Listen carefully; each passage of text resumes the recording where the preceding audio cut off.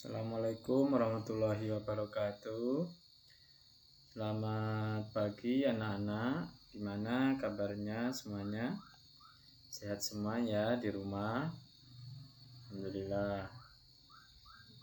Jumpa kembali dengan mata pelajaran Al-Quran Hadis. Namun sebelum pembelajaran kita lanjutkan, seperti biasa, silahkan ketua kelasnya untuk menyiapkan memimpin doa.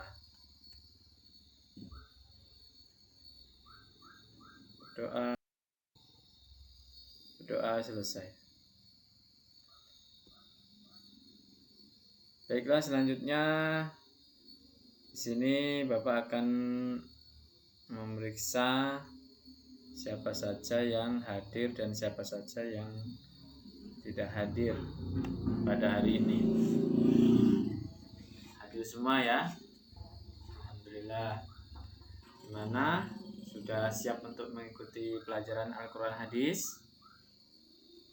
Baik, kalau sudah siap, materi kita pada pertemuan kali ini adalah mengenal hukum bacaan idhar dan ikhfa.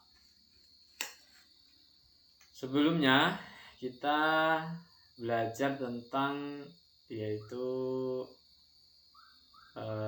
surah Al-Ma'un dan surah At-Takasur ya. Itu sudah Bapak sampaikan di pertemuan sebelumnya. Saya kira sudah paham semuanya ya. Baiklah, kalau sudah paham, kita lanjut saja pelajaran pada hari ini, yaitu tentang mengenal hukum bacaan izhar dan ikhfa. Tujuan pembelajaran setelah melalui kegiatan mengamati, menanya, kemudian mengeksplorasi, mengasosiasi, dan mengkomunikasi peserta didik, diharapkan mampu menjelaskan hukum bacaan izhar dan ikhfa, menyebutkan macam-macam huruf izhar dan ikhfa, memberi contoh bacaan izhar dan ikhfa, mendemonstrasikan cara melafalkan bacaan izhar dan ikhfa, mengidentifikasi lafaz-lafaz yang termasuk bacaan izhar dan ikhfa. Jadi setelah kita nanti selesai mengikuti materi ini, diharapkan para peserta didik untuk mampu ya atau menguasai apa yang Bapak sampaikan tadi, yaitu dari tujuan pembelajaran. Selanjutnya anak-anak coba perhatikan dan cermati surah di bawah ini. Surah apakah ini? Ya, bagus. Ini adalah surah An-Nasr. Ya.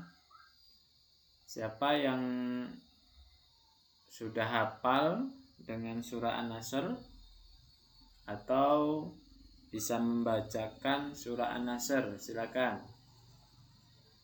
Baik, di dalam surah An-Nasr ini mari coba kita mencari hukum bacaan tajwid sesuai dengan materi kita, yaitu hukum bacaan izhar. Kalau tidak ada, kita cari hukum bacaan ikhfa. Coba siapa yang bisa menemukan hukum bacaan tajwid pada surah An-Nasr ini yang sesuai dengan materi yang akan kita bahas. Oke, terima kasih. Ya, di situ nampak ya dari ayat kedua akhir, kemudian masuk ke ayat yang ketiga yang berbunyi afwajan fasabbih. Kalau afwaja itu waqaf, maka afwaja seperti itu. Tapi kalau dilanjutkan, dia termasuk ikhfa. Kenapa? Karena tanwin bertemu dengan fa. Maka cara membacanya harus samar, tidak jelas tapi samar-samar lebih mengarah ke suara eng. Contohnya afwajan fasabbih gitu ya. Afwajan fasabbih itu yang Bapak garis bawahi. Jadi kira-kira cuman itu ya hukum bacaan ikhfa. Untuk izhar nggak ada. Baik, selanjutnya coba perhatikan surah berikut ini. Surah apakah ini? Surah Al-Kautsar. Ayo, siapa yang sudah hafal atau bisa membaca surah Al-Kautsar? Silakan. Ya, bagus.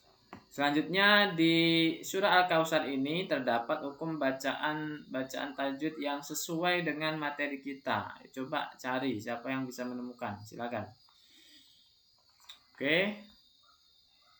Ya, itu muncul kalimat yang Bapak garis bawahi ya, yang berbunyi wanhar, fasholli li rabbika wanhar, pada ayat kedua ya. Itu ada nun sukun bertemu dengan huruf H, karena huruf H adalah hurufnya izhar, maka dibaca jelas. Hukum bacaannya adalah izhar, wanhar, fasholli li rabbika wanhar. Baik, kira-kira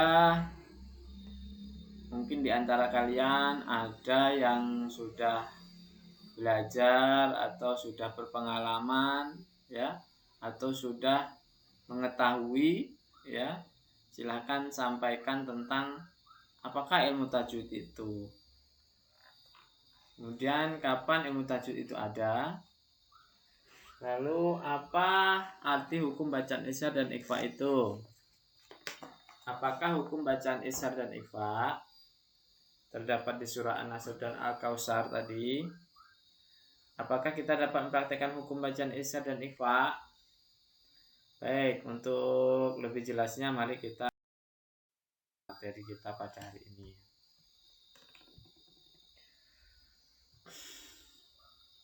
Tajwid artinya membaguskan atau memperindah. Ilmu tajwid adalah ilmu yang mengajarkan tentang bagaimana cara membaca Al-Quran yang baik dan benar. Ilmu tajwid sudah ada sejak Al-Quran diturunkan. Rasulullah SAW diperintahkan untuk membaca Al-Quran dengan tartil, perlahan-lahan, baik dan benar. Firman Allah surah Al-Muzammil ayat 4 yang berbunyi, A'udzubillahi minasyaitonirrajim, Bismillahirrahmanirrahim, Auzid alaihi warattilil Qur'ana tartila. Yang artinya atau lebih dari 1/2 itu, dan baca Al-Quran itu dengan perlahan-lahan. Jadi ilmu tajwid itu ada ya sejak Al-Quran diturunkan. Buktinya adalah firman Allah surah Al-Muzammil ayat 4 yang tadi Bapak sampaikan, bahwa kita membaca Al-Quran harus dengan tartil ya, dengan ilmu.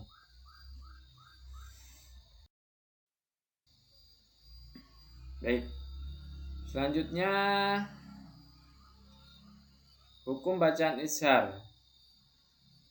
Izhar berbahasa artinya jelas ya, atau terang jelas, terang, nampak, dohir kan.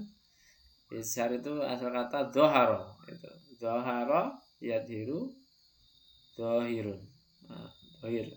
Dohir itu artinya jelas, nampak ya, suatu yang nampak itu namanya dohir. Kalau yang tidak nampak itu namanya batin, itu lawan katanya. Itu menurut bahasa.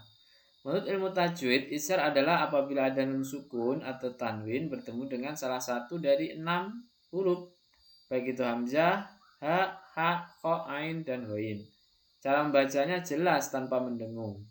Nah, ke-6 huruf di atas disebut juga dengan huruf halqi. Kenapa disebut huruf halqi? Karena makhraj tempat keluar huruf-huruf tersebut dari tenggorokan atau halqi. Dengan demikian, bacaan izhar yang berhubungan dengan nun sukun dan tanwin disebut juga izhar halqi. Nah, sebagai contoh ya, perhatikan contoh-contoh bacaan yang di bawah ini. Nun sukun atau tanwin bertemu dengan salah satu huruf izhar. Seperti contohnya hasidin, ida, itu tanwin bertemu dengan hamzah. Kemudian man, amana, nun sukun bertemu dengan hamzah ya. Dan seterusnya. Itu bisa kalian perhatikan. Ya, contoh dari hukum bacaan izhar, bunyi nun sukun dan tanwin dibaca jelas, ya tidak berdengung, tidak sama-sama, tapi jelas.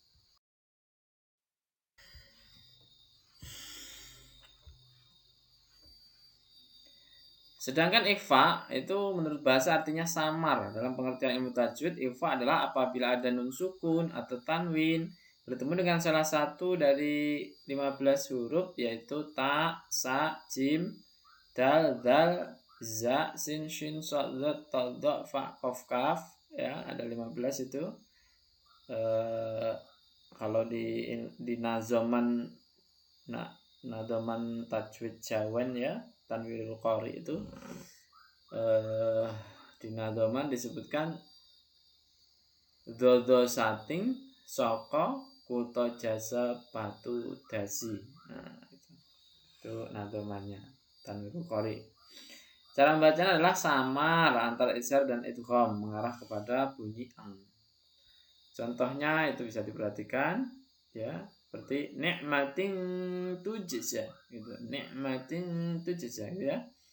Kemudian min tilqai gitu. Jadi samar, lebih ke bunyi nun sukun ya, tanwin dibaca samar mengarah ke bunyi eng. Kemudian jami'an syumma masakulat gitu ya. Hubban jamah itu sampai bawah itu ada contohnya, silakan diperhatikan ya, dari huruf ta sampai huruf kaf.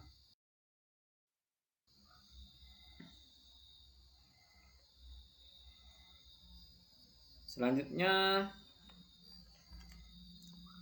dari materi-materi yang sudah Bapak sampaikan tadi, kira-kira ada yang kurang jelas, mungkin ada yang kurang paham ya, silakan ditanyakan. Sudah cukup jelas. Untuk selanjutnya kumpulkan data dan informasi terkait materi yang telah kita pelajari tadi, kemudian temukan melalui bacaan, wawancara, kemudian analisis data yang kamu peroleh dan buatlah kesimpulan. Lalu tugas selanjutnya adalah mengkomunikasikan, diskusikan hasil kerja kalian ya dengan mungkin presentase ya di depan kelas, kemudian nanti hasilnya disampaikan ke guru kalian. Baik, di sini